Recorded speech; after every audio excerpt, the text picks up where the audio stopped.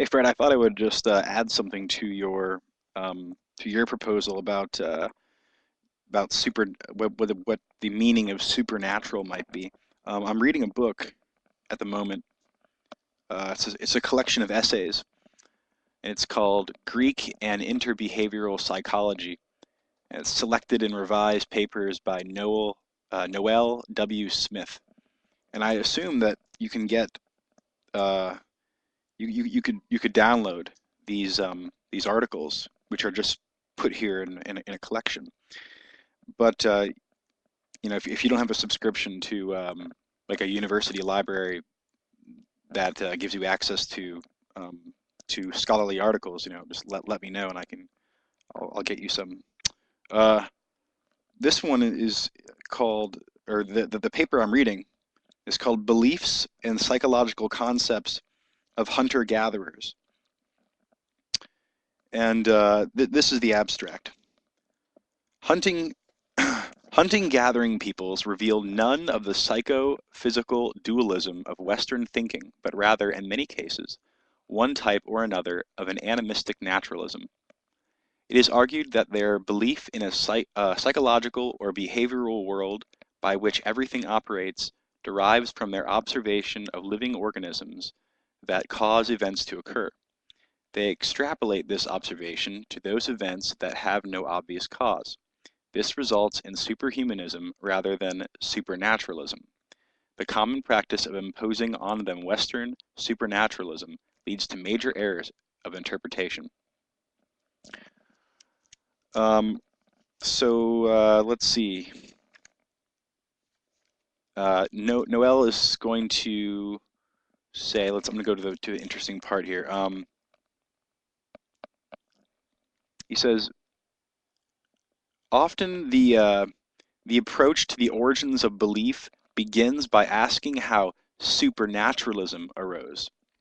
The hunter-gatherer belief in what has been called spirits, ghosts, demons, souls, and the like is implicitly linked to the Western belief system, which assumes that there is a dual reality of spirit and matter, mind and body, material and immaterial. Mind, spirit, soul, and similar Western beliefs are held to be something above and beyond nature, outside the realm of time and space, beyond the material world, beyond nature, mysteriously ineffable and unknowable. The historical record of the search for the origins in hunting and gathering peoples, together with recent ethnological studies and careful analysis, lead us to the realization that these Western constructs are totally inappropriate. Saliba, 1976, reports that, quote, anthropologists are almost unanimous in stating that supernaturalism, end quote, as opposed to naturalism, is not an appropriate concept to be applied to hunter-gatherers. It is, quote, is a definite product of the West, end quote. Even so, he observes, anthropologists persist in using it and thereby perpetuating misunderstandings. Quote, what is really surprising from an anthropological viewpoint is that anthropologists have shown little or no concern to analyze the concepts of supernatural or natural in Western culture where meanings are embedded. End quote. While it is important to recognize the vast differences in the particulars from one culture to another, in general, the beliefs of hunter-gatherers can be best characterized as superhuman rather than supernatural. And he supplies a few sources for this. Horton, 1960, Goody, 1961, Spiro, 1966. That is, they involve the assumptions of powers greater than those of ordinary people, but not beyond the scope of nature itself. These powers can act to the benefit or to the detriment of people. This is illustrated by the Nuer, an African pastoral tribe living in the savannah near the Upper Nile. Evans Pritchard, 1956, who studied them, reports that, quote, for them there is no abstract duality of natural and supernatural, end quote, but that they do distinguish between, quote, immaterial and the material world known to the senses. We have become so acculturated to transcendental concepts during the past 2 millennia that our language has evolved to subserve those concepts, and it is often difficult to find terms and phrases that are free of such overtones, even when we struggle to be objective. This difficulty has led Evans Pritchard into the contradictory statement of disclaiming a natural supernatural dualism while claiming a material immaterial distinction. Oh, you're right. So he disclaims the natural supernatural dualism while claiming that there is a material immaterial distinction. Bella, 1964, maintains that, quote, primitive religions are on the whole oriented to a single cosmos. They know nothing of a whole different they know nothing of a wholly different world relative to which the actual world is utterly devoid of value. Similarly, Vedder emphasizes that the soul body, mind matter, and spirit flesh dichotomies were recently developed and that the contemporary meaning of religion did not appear until the advent of Christianity. He observes from Piaget's work that children make no such distinctions either. Even a cursory glance at the record of man's past ideas and beliefs on this matter show clearly that the dualistic interactionist metaphysics that is standard equipment today is but a cultural product, and a relatively late one at that, and in but a limited number of cultures. And even here we find that our children do not automatically begin thinking in these terms. End quote. Goldman, 1975, observes that the Kwakulti, the so-called Potlatch tribe on the north, I'm totally probably pronounced that wrong, Kwakiul,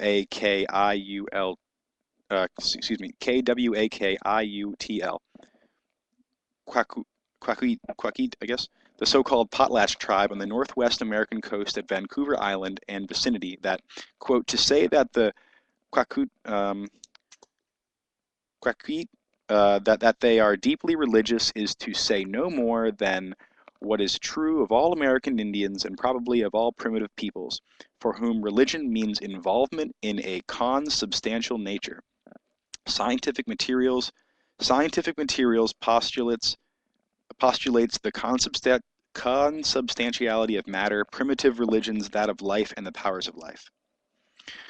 The Chinese also provide a contrast with Western beliefs. Kuo and Yutang stress the materiality of Chinese gods.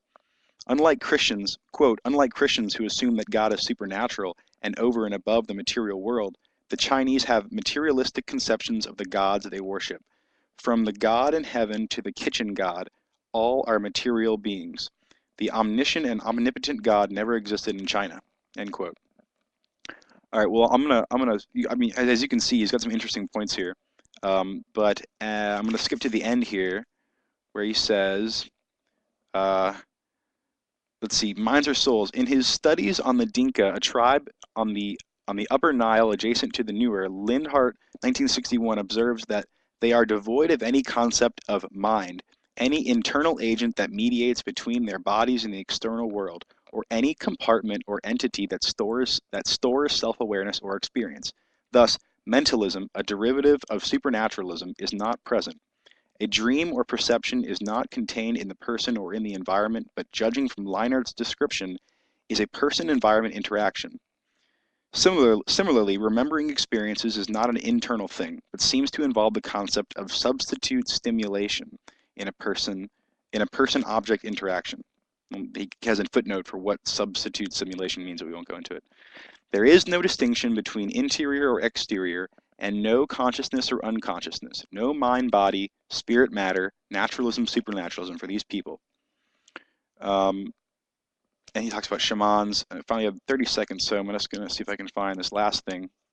Animism, talks about animism, naturalism, supernaturalism.